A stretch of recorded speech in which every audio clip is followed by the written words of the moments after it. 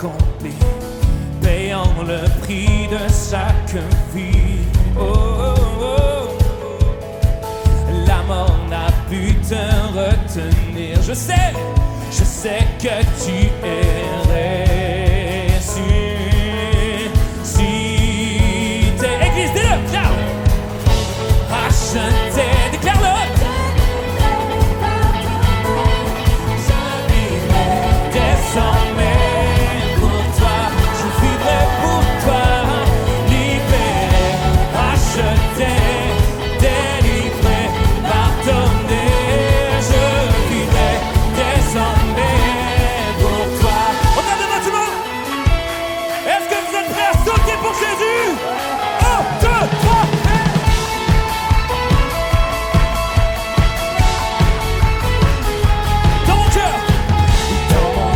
Tu fais résonner le son de ta voix afin de diriger mes pas.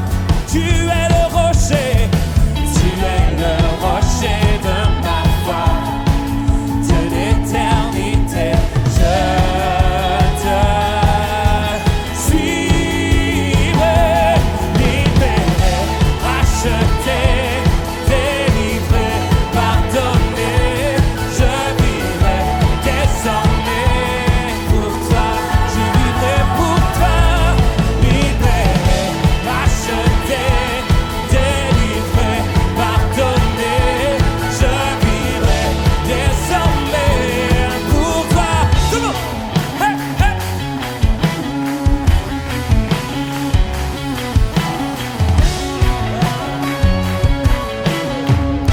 Seigneur, garde-moi.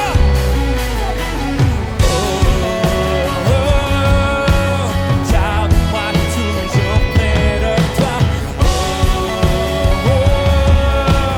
Tu es mon secours et ma joie. Garde-moi toujours près de toi.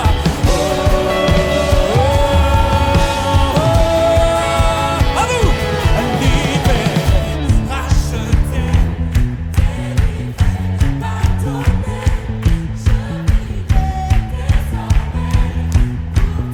Je vivrai, libéré, racheté, délivré, pardonné. Je vivrai désormais, libéré, racheté, délivré, pardonné. Oh, je vivrai désormais pour toi. Libéré, racheté, délivré, pardonné. Je vivrai désormais pour toi. Hey! Oh, oh, oh, oh, oh, oh. Oh, oh, oh, oh, oh, oh. Oh, oh, oh, oh, oh. Je vivrai pour toi. Yeah! Oh, oh, oh, oh, oh, oh. Oh, oh, oh, oh, oh, oh.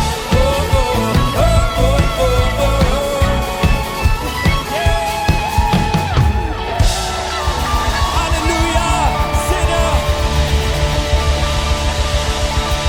Amen. Amen. Dis à ton voisin, j'espère que tu vas bien parce que ce matin, tu vas vivre quelque chose de gros, de fort, de puissant. Go, on y va. J'étais perdu et le cœur brisé, on y va tout le monde. Hey. Yeah. Avec moi. Hey, hey, hey. J'étais perdu et le cœur brisé. Tu m'as sauvé, je suis mis à part. Et descendre, enfin je renais. À l'abri dans tes bras à jamais. Avec moi, tout le monde. Mes mots ne suffisent pour te décrire. Je donne ma vie, Seigneur, pour te suivre.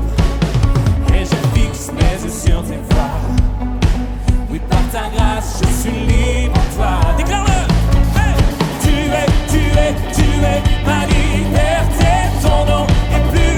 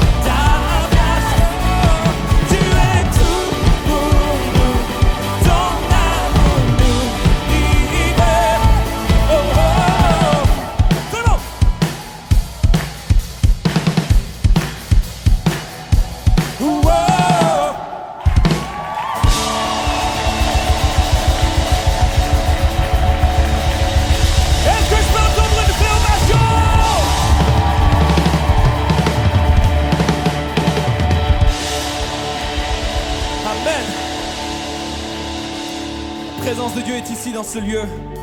Et j'aimerais, avant qu'on entre dans l'adoration, vous lire un psaume ce matin qui m'a vraiment touché. C'est le psaume 145.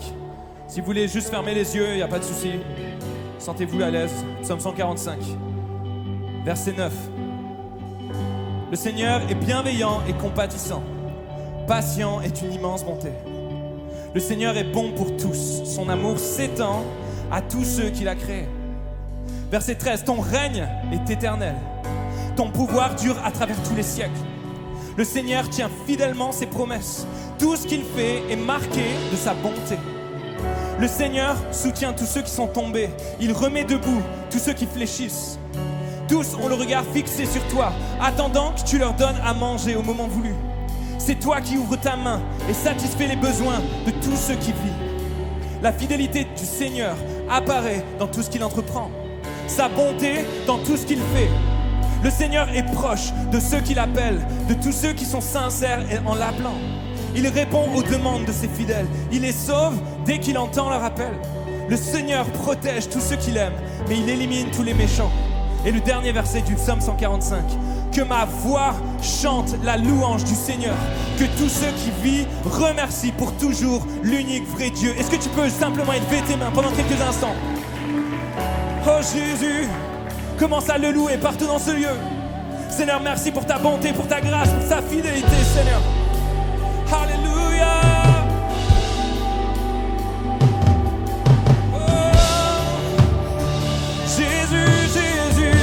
Oh, offre ta louange, offre ton adoration au roi des rois ce matin. Il t'aime, il écoute ta voix, il écoute ta louange, il écoute ton adoration. Il ne veut que te prendre et t'amener plus loin dans sa présence. Oh, Jésus, je t'aime. Jésus, je t'aime.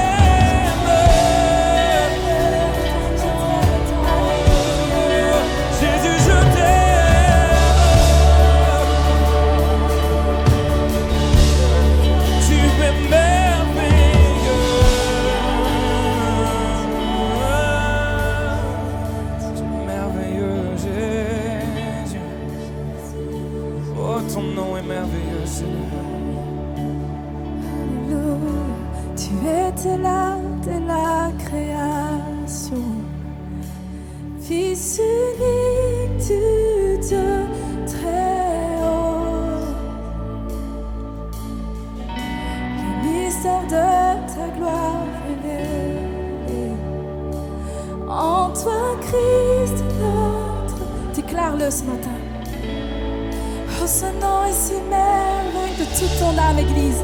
Chante-le. Pour ton Dieu, le nom de Jésus, Christ mon roi. Oh, ce nom est si merveilleux, sa beauté sans pareil.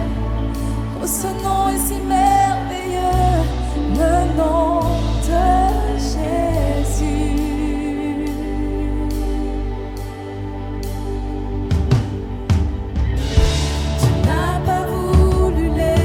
Sans nous, alors Jésus, tu es venu. Ton amour a vaincu mon péché.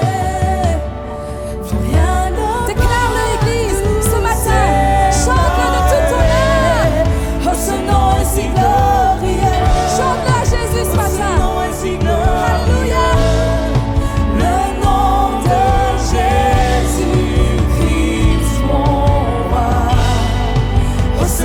Si glorieux, sa beauté sans pareil. Oh, ce nom est si glorieux, le nom de Jésus. Oh, ce nom est si glorieux, le nom de Jésus. Alléluia. Levons nos mains ce matin vers Jésus. Que partout dans ce lieu, des mains s'élèvent vers le roi des rois, le Christ notre sauveur.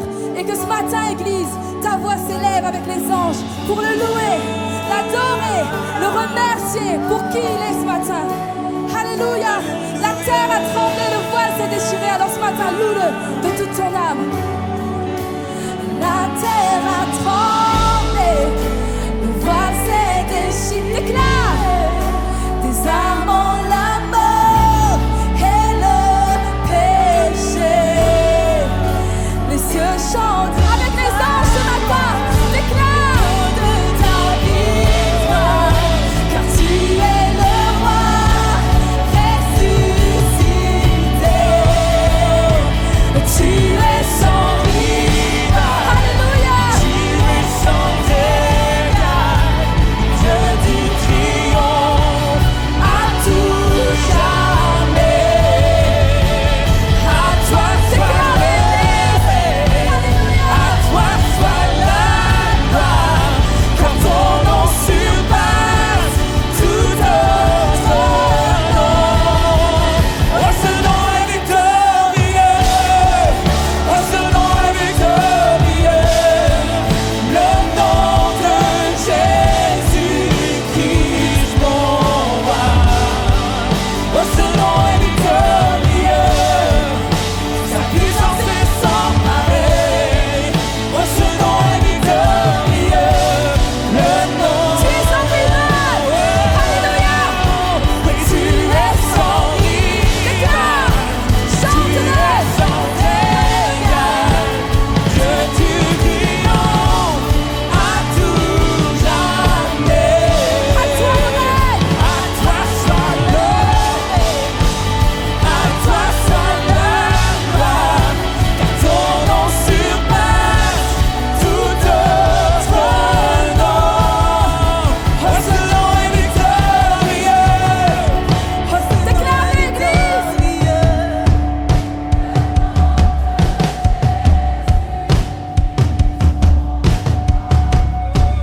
Oh, ce nom est victorieux.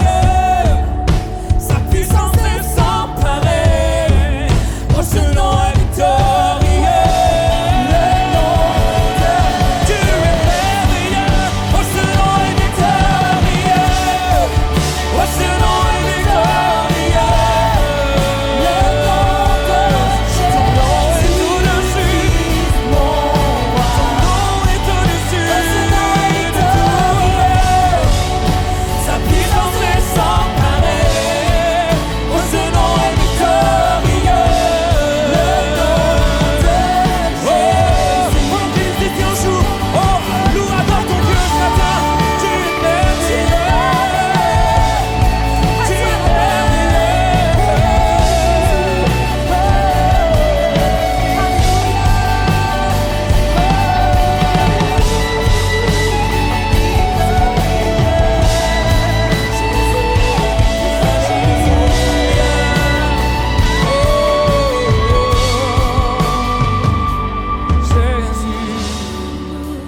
Jésus, Jésus. Seigneur, tu as vaincu la mort pour moi, Seigneur. Est-ce que là où tu es, tu peux simplement élever tes mains et lui dire, c'est vrai, Seigneur, tu es mort pour moi. Tu as vaincu la mort pour moi, Seigneur. Oh, je vais entendre ta voix. Dis-le, dis-le. Alléluia, Seigneur. Tu as vaincu la mort pour moi, Seigneur. Et en toi, j'ai la vie.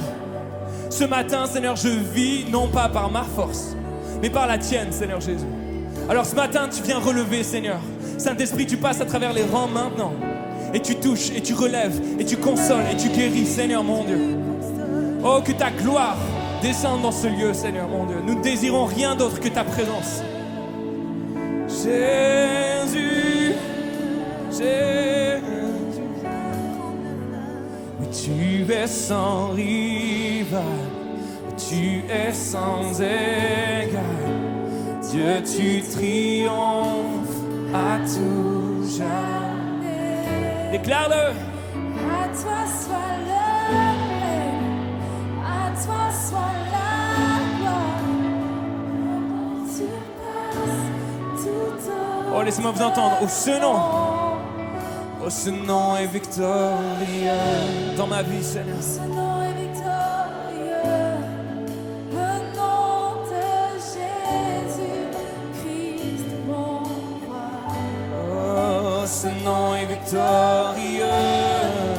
Sa puissance est sans Oh, je le déclare dans ma vie. Ce nom est victorieux. dans mes circonstances. Oh, ce nom est victorieux. Tu es au-dessus de tout, Seigneur. Au-dessus de tout.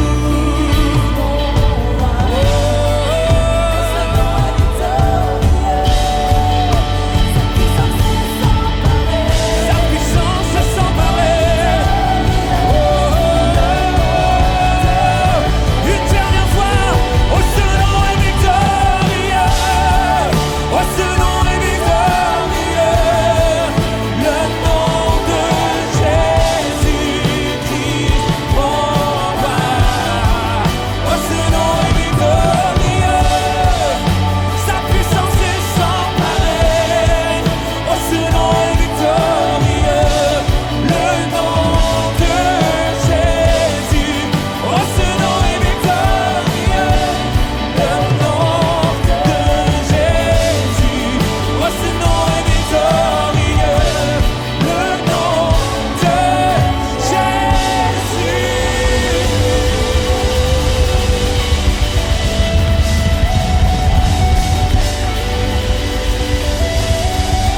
Est-ce que je peux entendre une préovation?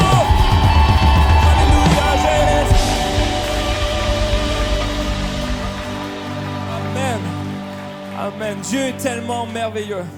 Ce matin, c'est un dimanche particulier et on va prendre les offrandes maintenant. Comme ça, on va pouvoir laisser la place au message. Donc, simplement, je vous demande d'aller bien vouloir vous préparer pour les dîmes et les offrandes. Et on va rester debout. On va célébrer encore à travers les offrandes, les dîmes.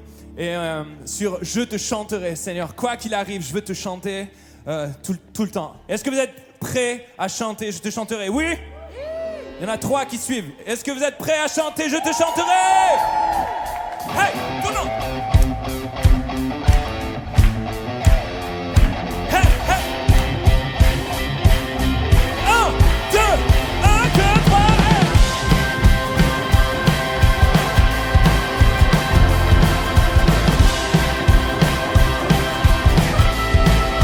On y va chaque matin.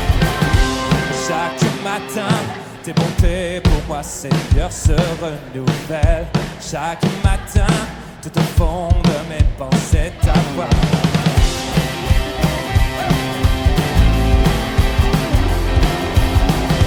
Chaque matin, par amour, tu viens pouvoir à mes besoins. Chaque matin, je choisis d'ouvrir mon cœur à l'Esprit Saint. Même dans les épreuves, Seigneur, tu fais d'être en moi tes fleuves. Yeah. Tu es mon Dieu, je veux te louer. C'est dans tes yeux que je veux puiser ma paix, ma force et ma sécurité. Oui, en tout temps, je te chanterai. Tout le monde. Yeah.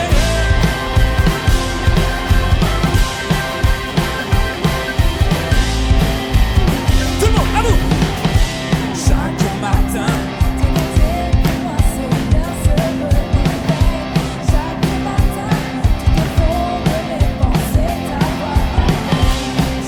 matin, par amour, tu viens pouvoir à mes besoins. Chaque matin, je choisis d'ouvrir mon cœur à l'Esprit Saint. Même dans l'épreuve, Seigneur, tu fais mettre en moi tes fleuves. Tu es mon Dieu, je veux te louer. C'est dans tes yeux que je veux puiser ma paix, ma force et ma sécurité. Oui, en tout temps, je te chanterai. Tu es mon Dieu. À vous. Je veux te louer. C'est dans que je veux puiser ma paix, ma force et ma sécurité. Oui, en tout temps, je te chanterai. Tu es mon Dieu.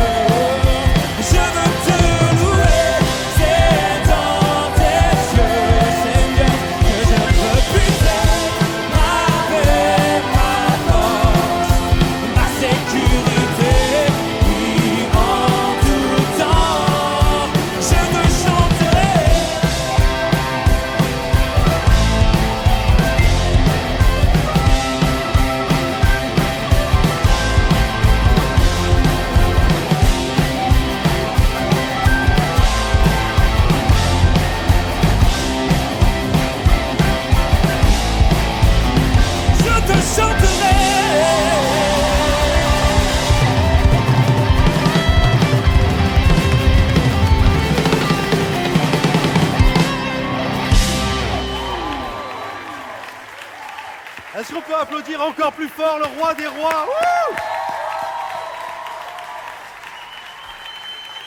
Est-ce qu'on peut remercier toute l'équipe aussi? Et là peut-être ils sont là pour là ou les premières fois. Soyez les bienvenus. On est heureux de vous accueillir. C'est une joie d'être ensemble. Bienvenue à chacun. C'est une grâce, une bénédiction d'être là. Ça va, tout le monde est assis. Je vois des personnes debout au fond. C'est une joie et une grâce et une bénédiction. Est-ce que vous êtes heureux d'être dans la maison du Seigneur? Vous savez, David a dit ceci. David aimait tellement la présence de Dieu, il disait qu'une heure dans ses parvis, c'est-à-dire que c'était même pas à l'intérieur. Le parvis, c'était la place qui était devant. Il dit, une heure dans les parvis de Dieu vaut mieux que 1000 autres ailleurs. Alors vous imaginez, 1 minute dans la présence de Dieu, c'est juste incroyable. Alors, merci pour tout le groupe de louanges. Est-ce qu'on peut, j'ai envie d'applaudir encore Jésus, là, s'il vous plaît.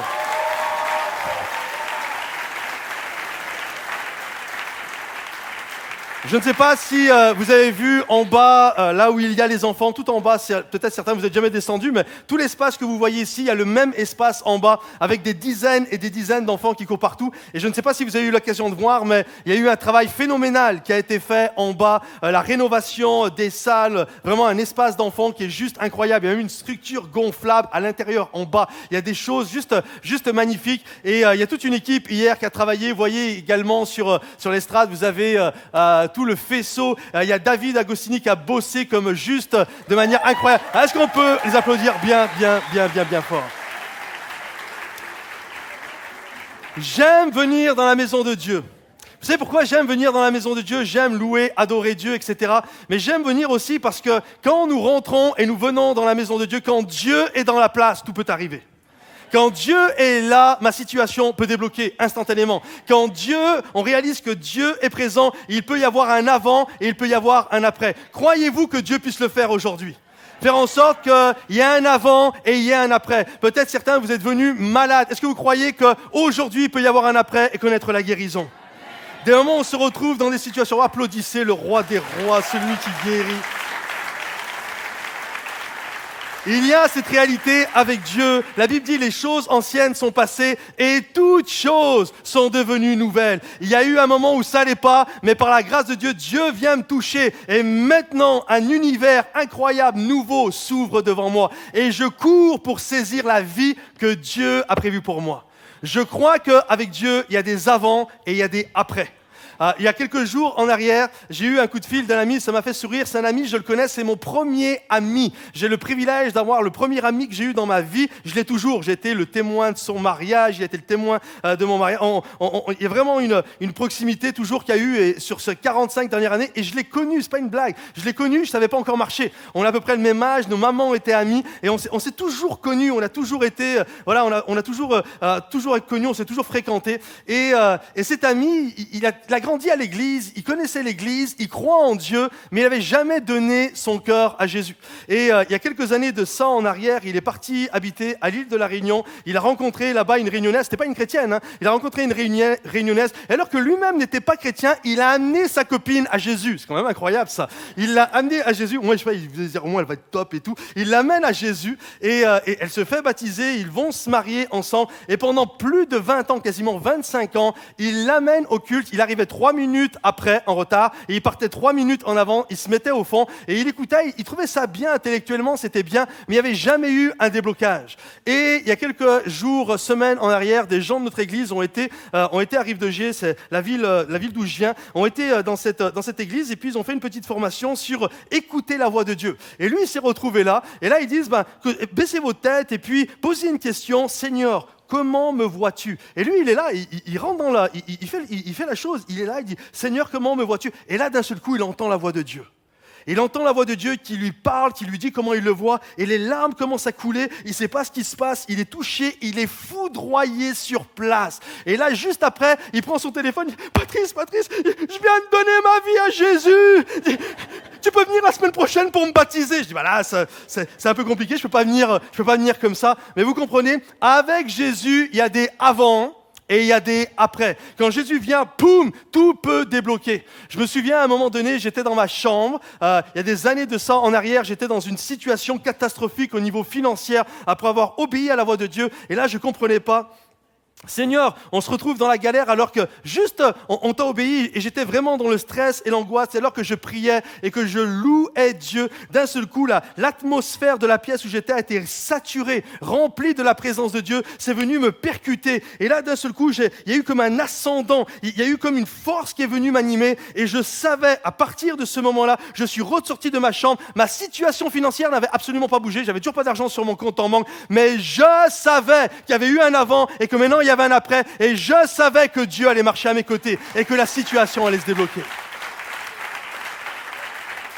Avec Dieu, il y a des avant et il y a des après. Il y a des moments où les choses basculent. Et il y a un mot latin qu'on utilise même dans la langue française, dans plusieurs langues elle est utilisée, qui explique cette notion du moment où les choses basculent, qui explique du avant, après et le mouvement et le nouvel élan que ça peut susciter. C'est un mot qui se dit momentum. Mais momentum, juste pour que vous compreniez ce que veut dire ce mot, j'ai mis sa définition. C'est un mot, ça veut dire ceci, moment où les choses basculent de manière positive. Je suis bloqué dans une situation et à un moment donné, Dieu vient, il me touche et hop, il y a un momentum. Les situations se débloquent devant moi. C'est un ascendant sur son adversaire. Je ne sais pas si vous avez déjà vu ça, par exemple, un match de tennis ou n'importe quel autre sport, alors que c'est le statu quo, qu'il reste encore 2-3 heures peut-être de jeu. À un moment donné, il y a un des joueurs de tennis, il fait un coup juste incroyable. Et là, on le voit à son regard. Il regarde son adversaire et même si les choses humainement n'ont pas encore basculé, on sait que, en fait, à ce moment-là, il va gagner la partie.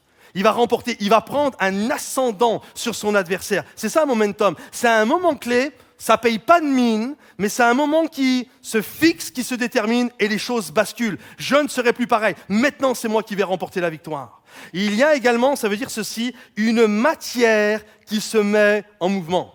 Une matière, ça peut être un homme, ça peut être nous. Des moments, on est une matière un peu inerte, on est complètement découragé, on ne bouge plus, on est avachi sur son canapé, c'est la déprime la plus totale. Je ne vois pas d'avenir sentimental, je ne vois pas d'avenir professionnel, je ne vois rien. Et d'un seul coup, alors que je suis dans cet état, je lève mes yeux vers l'Éternel. D'où me viendra le secours? Le secours me vient de l'Éternel. Poum, cette parole fait écho dans mon corps et je me lève. Et la matière inerte que j'étais commence à se mettre en mouvement. Je vais avancer dans les bons plans que Dieu a pour moi. Momentum, ça veut dire, et c'est même ce que ça veut dire le plus en anglais, parce que c'est un mot également utilisé en anglais, ça veut dire un nouvel élan. Un élan, comme un espoir, quelque chose qui nous projette vers l'avenir. J'aimerais que nous puissions comprendre ceci. Avant tout grand commencement, écoutez bien, avant tout grand commencement commence par un momentum.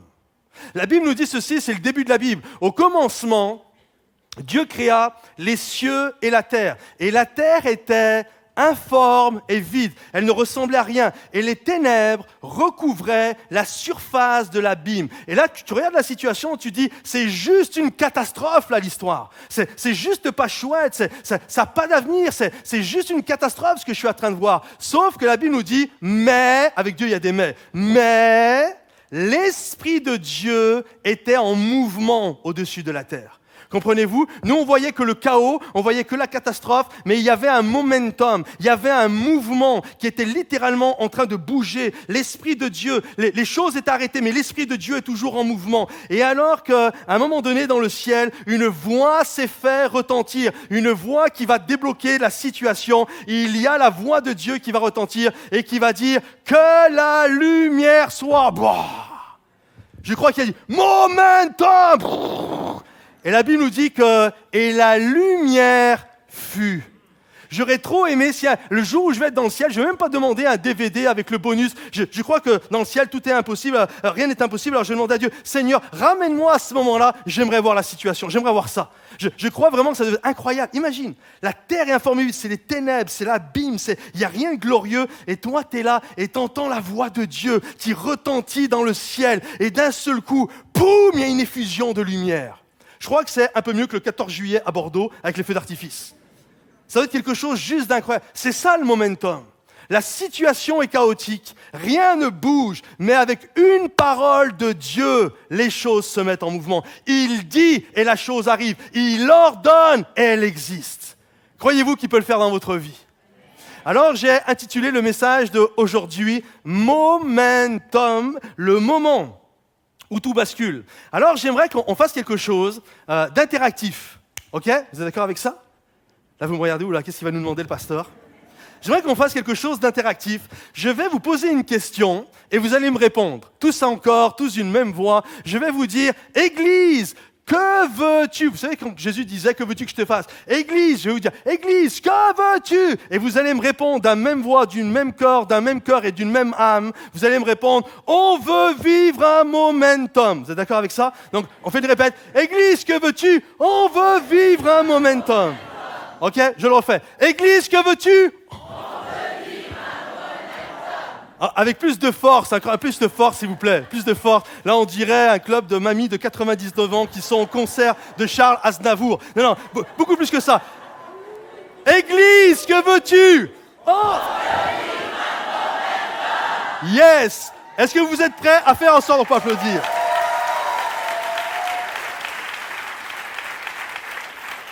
Alors, si vous désirez vivre un momentum avec moi, parce que moi aussi, le premier, je veux le vivre, alors venez avec moi et on va regarder les étapes pour vivre ce momentum. Le momentum, premièrement, passe par une prise de décision personnelle. Ça passe par une prise de décision. Ça passe par un moment de « je veux avancer ». Dans la Bible, il y a plein de momentum et lorsque Jésus est venu, la naissance de Jésus dans les tables, dans l'histoire, c'est un momentum. D'ailleurs, aujourd'hui, nous disons que nous sommes en 2017 après Jésus. Il y a eu un avant, il y a eu un après. Il y a eu un moment où les choses ont basculé. Et j'aimerais voir ce matin, à travers des momentum, plusieurs momentum que Jésus a eu, pas la naissance de Jésus, mais plutôt dans la dernière semaine, quand Jésus prend sa décision d'aller jusqu'au bout, la croix est un des plus beaux momentum de l'histoire, la résurrection de Jésus et de comment les choses ont basculé et comment il y a eu un nouvel élan, un nouvel espoir qui s'est propagé. Alors Jésus va se retrouver, parce qu'un momentum commence toujours par une prise de décision.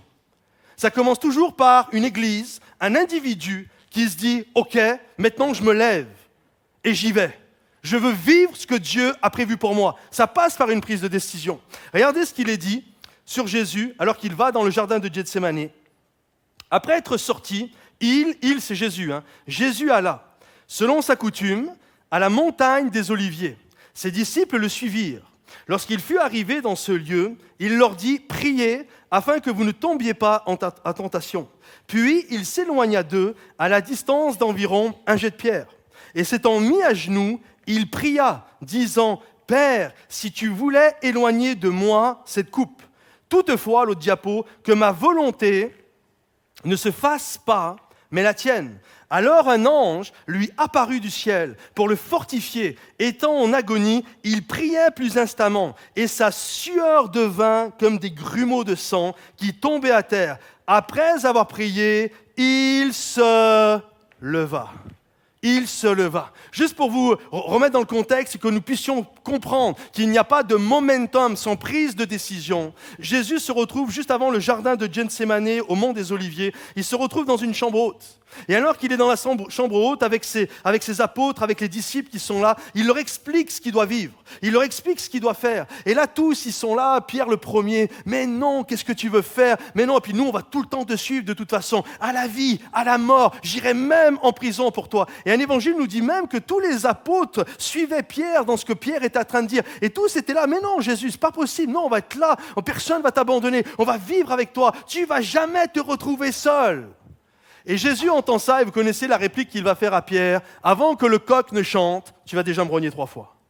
Et effectivement, on sait que par la suite, ça va se passer. Et lorsqu'il quitte la chambre haute, la Bible nous dit qu'il part avec 3 de ses amis. Il passe par un temps difficile et on sait combien l'amitié est importante. Et il va prendre 3 de ses amis, ces 3 intimes. Il va prendre Pierre, Jacques et Jean. Et il va demander venez avec moi les gars, mon âme est triste jusqu'à la mort et il faut que je prie. Et là, il laisse ses amis, il va s'éloigner d'un jet de pierre, 20-30 mètres. Et il rentre certainement à côté sous un olivier. Et la Bible nous dit il se met à prier. Et pendant ce temps, ses amis sont en train de dormir.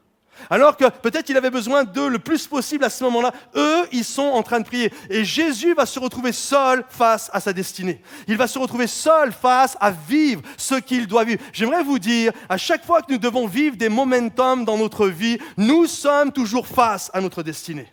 On ne peut pas mettre ça sur le dos de quelqu'un, un ami, un grand-père, un papa, ou attendre qu'une église. Quand une église veut vivre un momentum, elle est face à sa destinée. Elle doit prendre des décisions qui s'imposent pour continuer la route.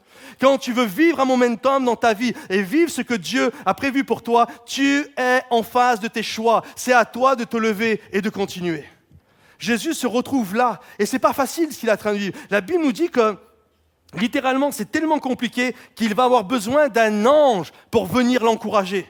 Et la Bible nous dit que c'est tellement intense qu'il vit. La Bible dit qu'il va suer, littéralement des gouttes de sang vont couler de lui. Sa sueur va devenir, ça va être des gouttes de sang. J'ai lu une fois un rapport médical et qui dit littéralement, quand vous commencez à suer du sang, c'est que c'est la fin, vous êtes mort quasiment. Parce qu'en fait, suer du sang, ça veut dire qu'il y a une explosion en toi. Tes veines sont en train d'exploser, le sang est en train de sortir par tous les pores de ta peau. Comprenez-vous? Il y a cette réalité, Jésus se retrouve seul, ses amis sont en train de dormir, les autres sont ailleurs et il se retrouve seul face à sa destinée. Et j'aime tellement cette pensée incroyable. Il est tellement un modèle, ce Jésus, pour nous.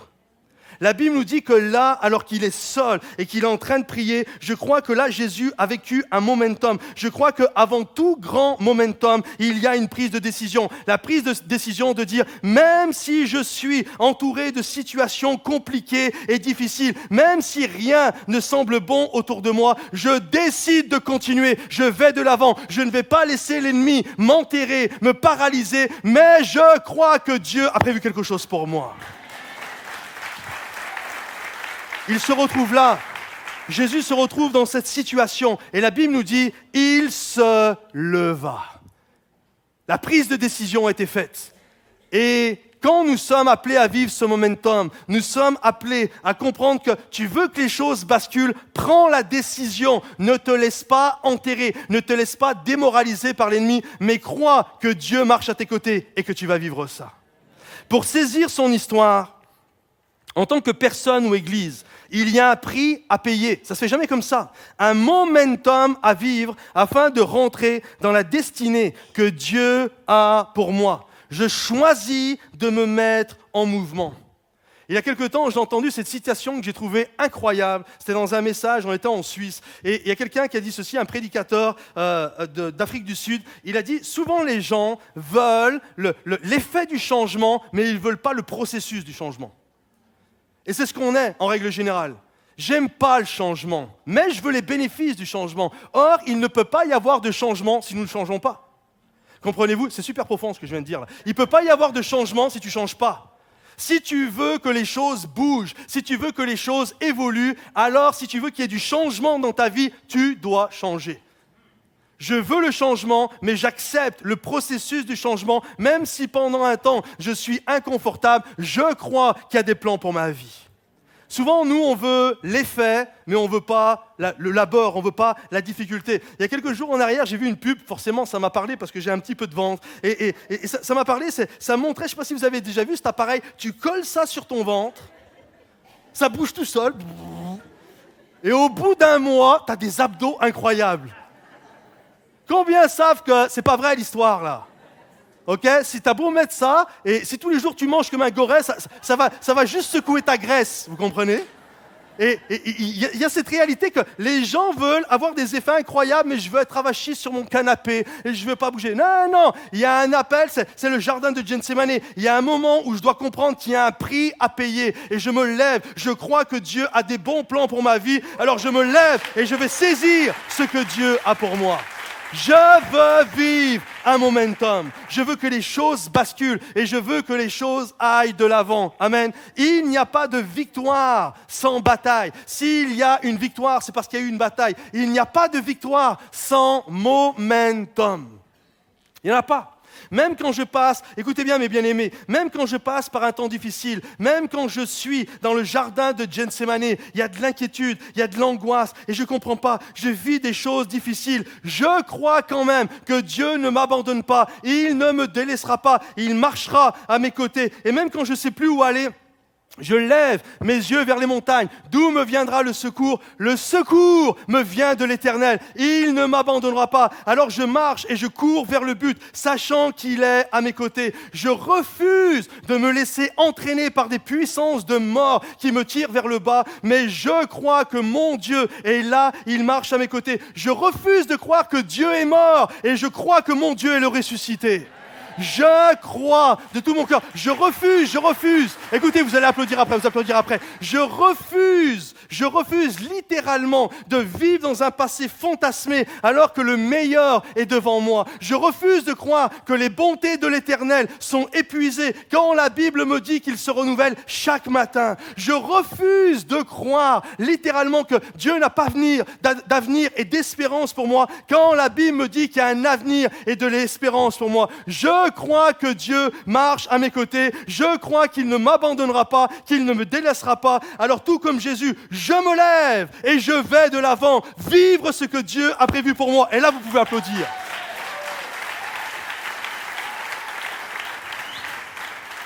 Église, préparez-vous. Église, que veux-tu?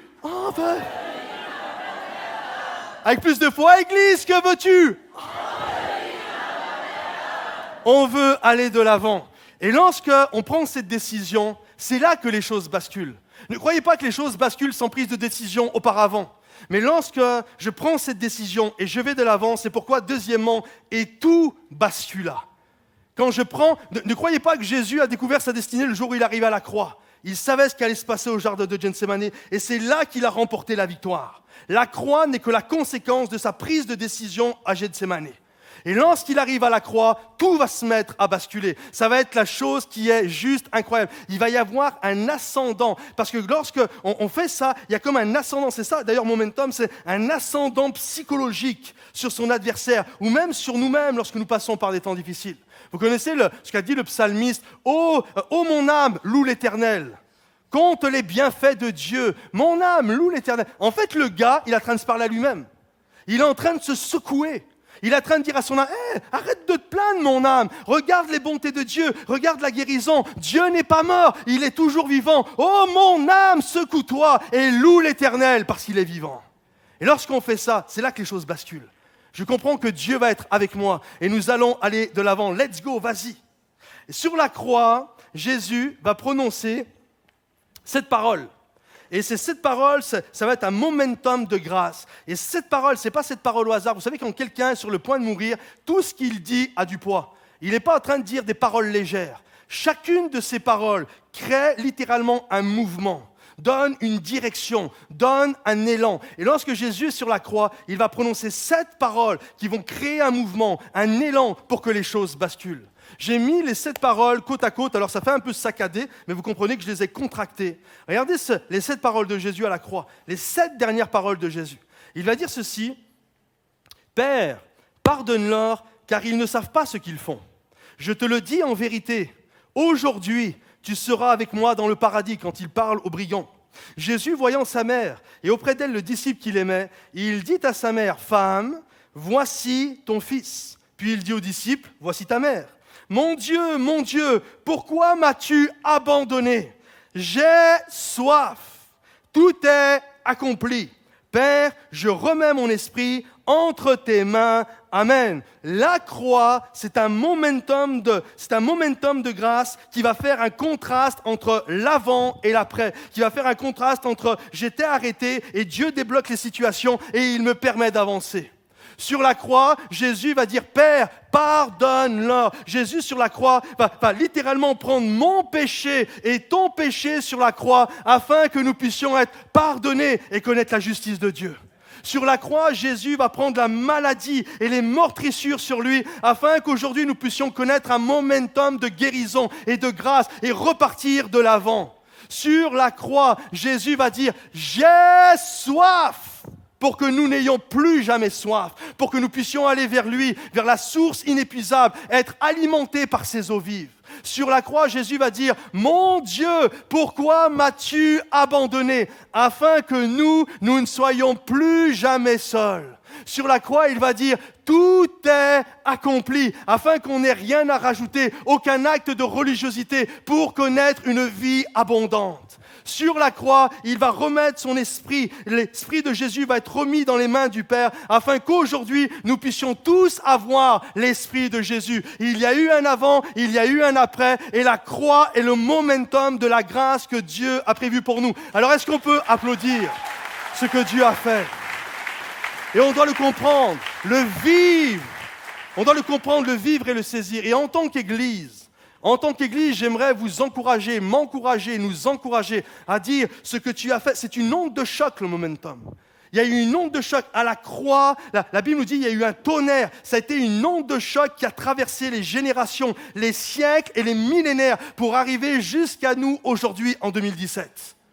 C'est une onde de choc qui est venue jusqu'à là. Et en tant qu'Église, j'espère que vous êtes avec moi, mais nous voulons faire connaître ce que Dieu a fait à la croix, ce que Jésus a payé le prix. Nous voulons y rentrer, nous voulons le vivre, et en tant qu'Église, nous voulons le partager et le propager.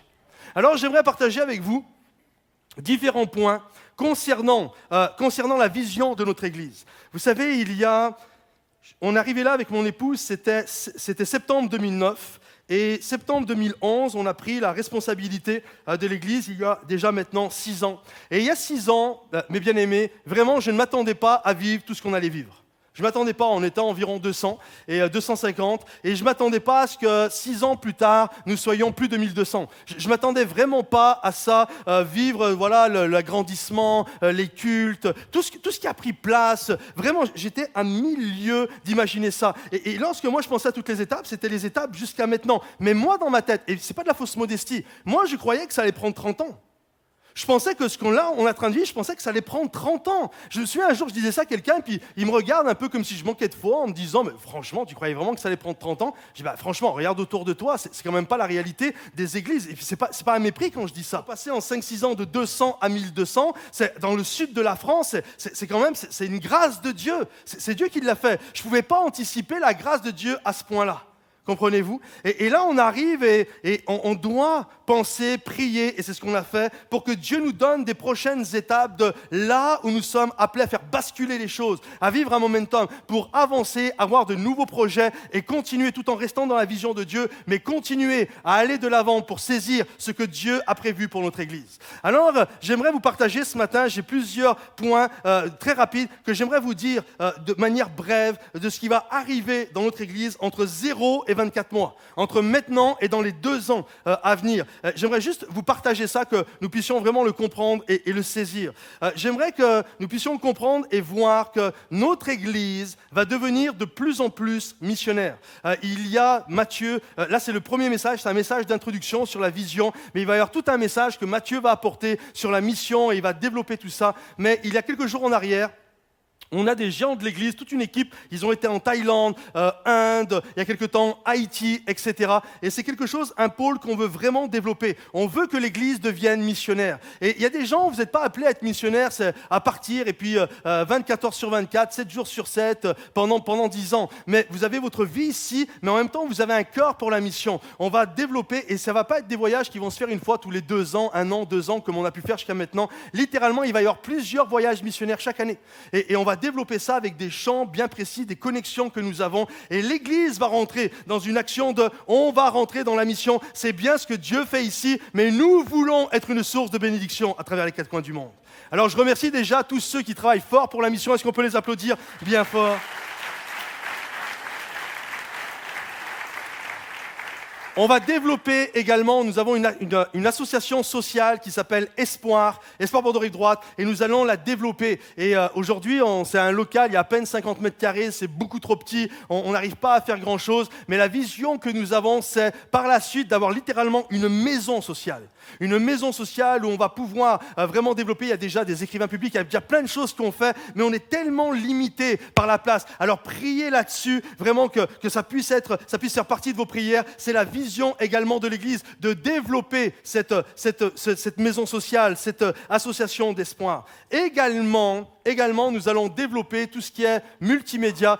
Tournez-vous, vous voyez, il y a des gars là qui sont, filles, qui sont sur des plateaux, qui sont en train de filmer, vous les voyez. Et ça, c'est vraiment quelque chose qu'on veut faire. On va, d'ici quelques mois, on vous dira, parce qu'on n'a pas mis de date, mais ça va arriver quand même assez rapidement, où carrément nos cultes vont être en direct. Vous avez la possibilité, on aura la possibilité, littéralement, de pouvoir voir. Parce que je crois qu'il y a plein de gens, parfois, sont malades, ou sont des personnes âgées, où il y a des gens, ils n'ont pas une église à 150 km à la ronde. Et je crois que c'est tellement important de pouvoir investir au niveau des médias, au niveau de la vidéo, afin d'être une source de bénédiction, non seulement ici, mais à l'extérieur. Alors, est-ce qu'on peut les applaudir bien fort également? Il y a eu des milliers et des milliers d'euros qui ont été investis. On ne l'a pas pris dans l'église, on l'a pris avec les formations qu'on faisait au niveau du collège. Et il y a eu des partenaires, des gens qui nous ont aidés. Il y a Joyce Meyer qui a envoyé un virement de plusieurs milliers d'euros. Et nous avons la joie aujourd'hui d'avoir les responsables du Top Chrétien. Est-ce que vous pouvez vous lever, s'il vous plaît, le couple, la famille Schulz qui est là. Et ils nous ont fait, on peut les applaudir bien fort. Et ils nous ont fait un don, il y a quelque temps en arrière, de 5 000 € pour qu'on puisse développer ça. Alors on peut applaudir encore. Et c'est une source de bénédiction. Et on va vraiment développer de plus en plus tout le côté multimédia, vidéo. Également, ça fait des années que l'on pense, on prie, on réfléchit là-dessus, mais c'est quoi aussi les prochaines étapes, une plus grande église, peut-être ça se fera aussi, mais il y a vraiment la notion, qu'est-ce qu'on fait, est-ce qu'il faut implanter, et vraiment est né dans notre cœur, et puis on a eu vraiment des paroles de Dieu de manière extrêmement précise, soit des gens de l'église, ou soit des gens de l'extérieur qui nous ont tous dit, sans qu'il y ait la moindre contradiction, ils nous ont tous donné la même direction dans la notion de maintenant l'église, il va falloir implanter d'autres églises. Il va falloir implanter de nouvelles assemblées. Alors on va rentrer dans les 2 ans qui viennent, on va implanter notre première église. Alors peut-être vous vous demandez, mais on va implanter l'église où? Dans un premier temps, la première église que l'on va implanter va être sur la rive gauche. Ne vous inquiétez pas. Il y en a qui sont de la rive gauche, hein, vous êtes contents. Alors certains vous devez poser la question, ouais, mais là-bas il y a aussi notre église de notre mouvement. Ça va être chaud quand même l'histoire là. Ils vont pas être contents. Ne vous inquiétez pas. On a discuté, on s'est réunis entre pasteurs et ils sont super contents parce que eux ils savent qu'on est une église différente et qu'on touche des gens différents. Et ils ont eu toute la sagesse, l'intelligence et la spiritualité pour dire venez implanter aussi une église sur la rive gauche. Et je crois que ça va être une source de bénédiction. Amen. Alors maintenant, d'autres, je vous entends penser dans votre tête et vous dites, mais alors comment on va s'appeler? Parce que l'église Bordeaux-Rive droite sur la rive gauche, ça donne pas trop cette histoire. Sinon, vous comprenez? Sinon, ça va faire le nom d'église, les rebelles de l'église Bordeaux-Rive droite qui n'ont pas voulu dépasser la Garonne et sont restés sur la rive gauche. On va quand même pas s'appeler comme ça, ok? Alors je cherchais, par la grâce de Dieu, un nom, et je voulais que Dieu me donne un nom qui exprime littéralement la vision de notre Église. Je voulais que ce soit un nom qui soit percutant, original, et Dieu m'a donné un nom dans mon cœur, et j'aimerais vous le partager. Est-ce que vous êtes prêts? Le nom de l'Église, on va le voir tout à l'heure, ça va être, je ne sais pas si vous avez vu, il y avait une bâche, et on va débâcher tout à l'heure, et vous allez voir, le nom de notre Église va être l'Église Momentum.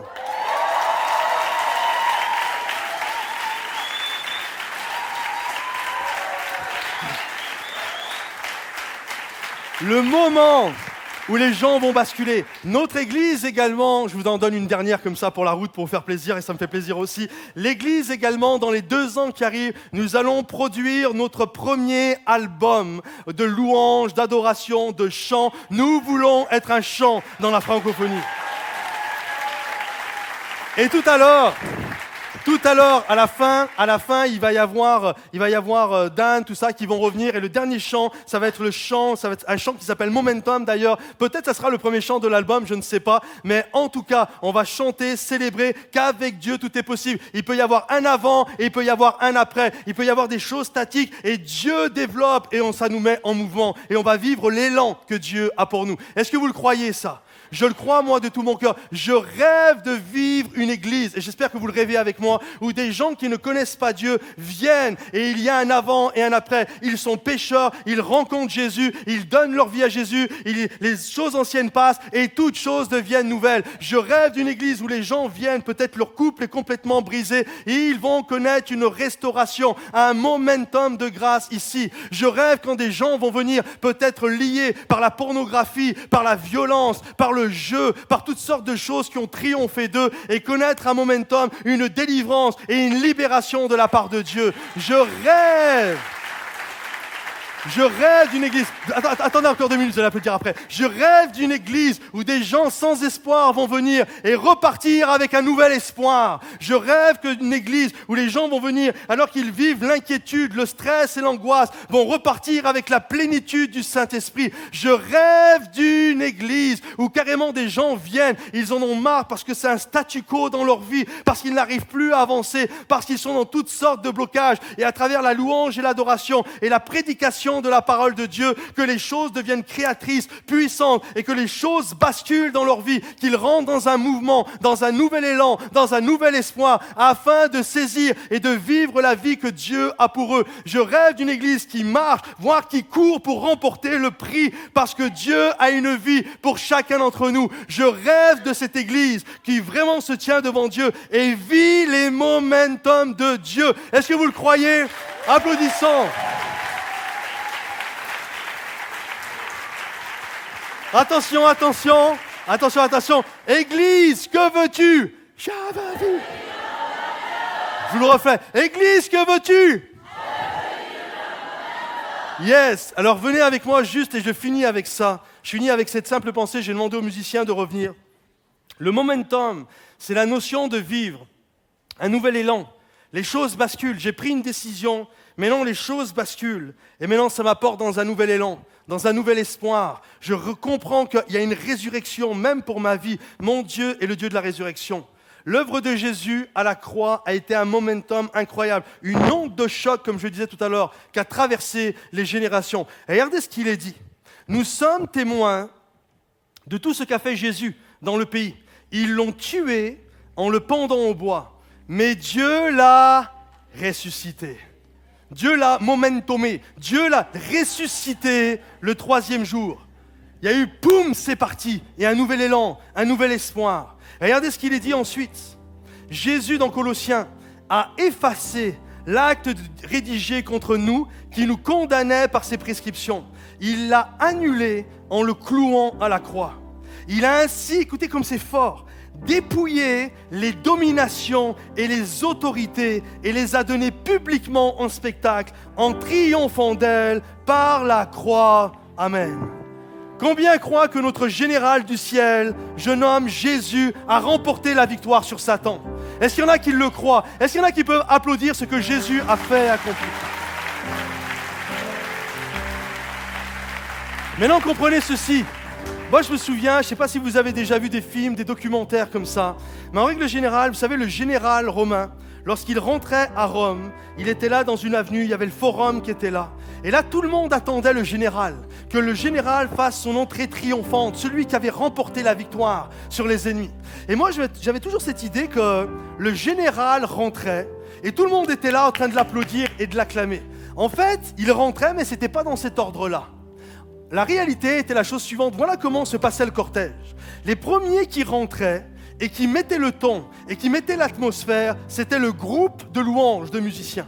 Ils étaient là et ils chantaient un chant bien spécial qui s'appelle le Triompha, un chant de triomphe du général romain et à la gloire du royaume de Rome. Et ils étaient là, ils étaient en train de chanter. Et ensuite, alors que ça commençait, les gens louaient et finalement adoraient leur cause à eux, d'un seul coup, le général, c'est pas encore là qui rentrait. Ceux qui suivaient ceci, ceux qui suivaient le groupe de louanges, c'étaient les ennemis. Les ennemis étaient littéralement attachés, ils étaient les mains attachées, les pieds attachés, et ils avançaient, et ils défilaient devant tout le peuple. Et le peuple était heureux. Vous savez pourquoi le peuple était heureux? Parce qu'il comprenait Il comprenait que ces gars-là qui sont en train de passer, le général n'avait pas remporté la victoire sur eux, cet ennemi aurait triomphé de moi et cet ennemi aurait fait de moi un esclave. Cet ennemi, c'est littéralement, ils auraient pris ma femme, ils auraient pris ma fille pour être leur femme, ils auraient pris mon fils, ils m'auraient pris moi pour être un esclave. Et là, d'un seul coup, je les voyais, les gens les voyaient passer et ils chantaient, ils se réjouissaient. Nous ne serons pas vos esclaves. Nous ne serons pas vos esclaves. Et d'un seul coup, en dernier, le général de l'armée faisait son entrée. Et tout le monde regardait le général et louait et l'applaudissait et acclamait le général pour ce qu'il avait fait, pour la victoire remportée, afin que ces gens ne deviennent pas littéralement les maîtres de nos vies, mais ils ont été arrêtés. J'aimerais vous dire, quand Jésus a remporté la victoire, le général du ciel est rentré dans son ciel de gloire. Et la Bible nous dit qu'après avoir ressuscité sur la croix, il a triomphé des dominations. Et j'aimerais vous dire ceci, le général, littéralement, il y a la louange et l'adoration. Et on doit comprendre ceci. Il y a l'ennemi de nos âmes, il y a le diable et les hordes de démons. Ils sont là et ils sont liés. Ils sont comme des lions rugissants, des vieux lions qui essayent de nous faire croire que ce n'est pas gagné. Mais j'aimerais vous dire, la victoire a été remportée. Ils n'ont pas triomphé de nous, mais Jésus a triomphé d'eux par la croix. Et d'un seul coup, le général de l'armée, Jésus, fait son entrée. Et non seulement il fait son entrée, on l'acclame, on est heureux de le voir. Mais non seulement ça, la Bible nous dit que Jésus, littéralement, a marché sur eux. Il a tout mis sous ses pieds. Il a mis les dominations sous ses pieds. Et on doit comprendre, en tant qu'enfant de Dieu, il y a eu un momentum dans le ciel. Nous ne sommes pas appelés à rester esclaves de nos ennemis, parce que nos propres ennemis sont liés et attachés. Et Jésus a remporté la victoire. Il y a eu un momentum dans le ciel. Et aujourd'hui, nous sommes au bénéfice de ce momentum. Est-ce que vous le croyez? Alors, est-ce qu'on peut tous se lever à notre place et applaudir et acclamer le roi des rois pour ce qu'il a fait et ce qu'il a accompli? Alléluia. J'aimerais qu'on puisse le chanter et célébrer l'œuvre de Jésus à la croix, avec la puissance de la résurrection, et de comprendre que Jésus nous a fait vivre un nouvel élan, un mouvement, un momentum pour que les choses basculent. Il n'est pas resté mort, il a vaincu la mort. Et on va le louer, le célébrer de tout notre cœur. Louons et adorons Jésus ensemble. Je songe à l'infâme croix où Jésus fut meurtri pour moi. Je vois ses mains, ses pieds percés, mon sauveur va attaché. Son corps lié de la trempée dans le tombeau fut déposé. L'entrée scellée d'une lourde pierre, le Messie était laissé. Oh, que l'Église Momentum le chante, le déclare. Oh, oh, gloire au nom de notre Seigneur, gloire à son nom, à tout jamais. Nous chanterons sans fin tes louanges. Oh, gloire à toi, oh Dieu. Mais au matin,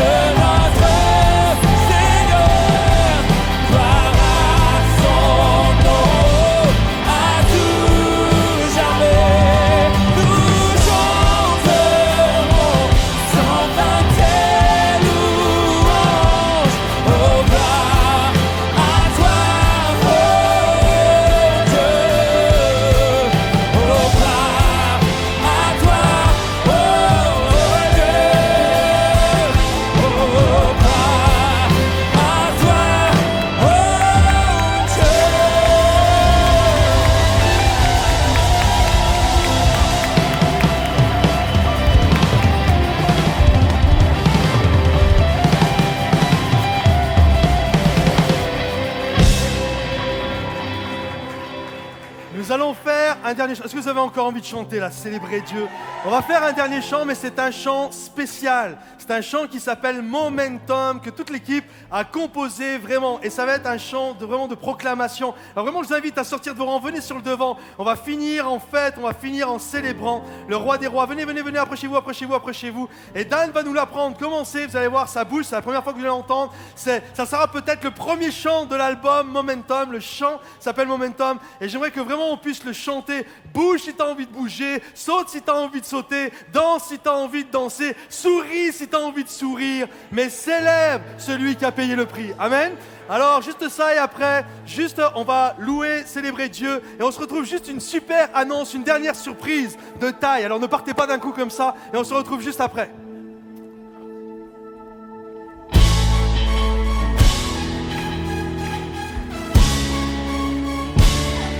On tape de main tout le monde.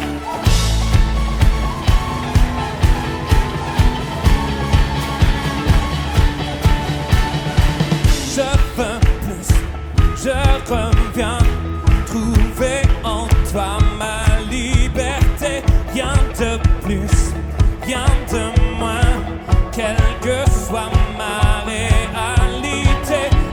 Vivre pour ton nom, te servir passionnément, poursuivre ta vision à chaque instant. On y va!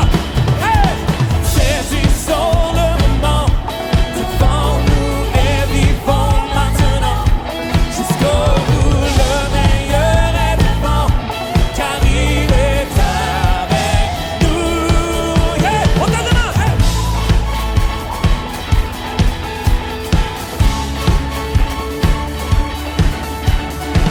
Je suivrai le chemin ensemble que tu as dessiné pour moi.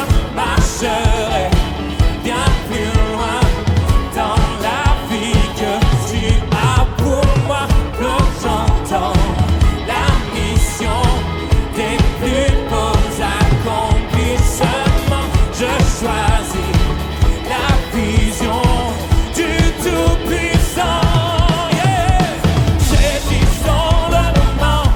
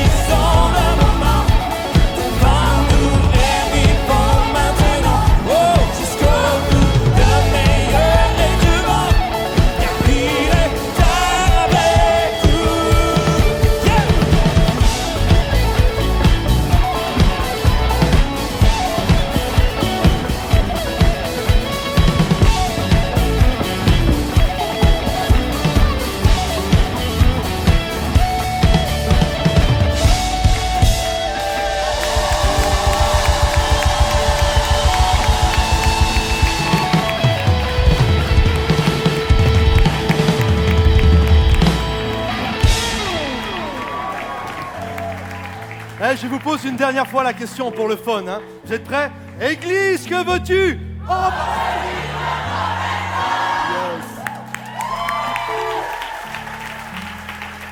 yes. Dernière surprise, ne tardez pas. Dans 5 minutes, rendez-vous sur le parvis devant de l'église. On va vous dévoiler la nouvelle enseigne Église Momentum. Alors je crois vraiment que c'est un moment historique. Il ne faut pas que tu rates ça. Tu peux sortir sur le côté, tu peux sortir là. Et on se retrouve dans 5 minutes. Il y aura des boissons, barba papa. Il y a plein de trucs super sympas. On se retrouve dans 5 minutes sur le parvis. Que Dieu vous bénisse et à bientôt.